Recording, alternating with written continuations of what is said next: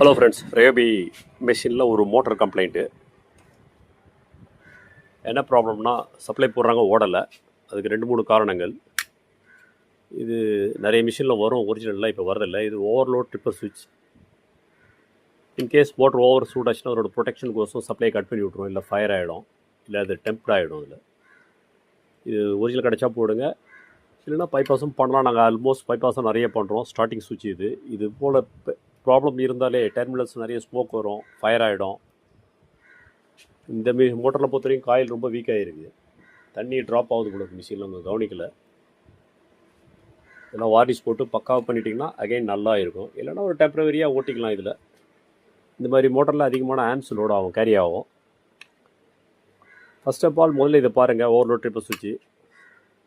Second starting சுவிட்ச். Third one capacitor.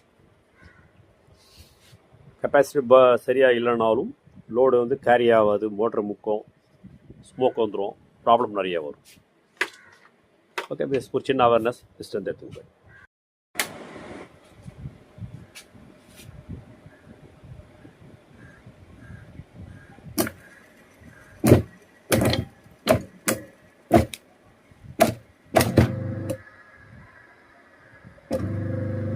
புலிகாடு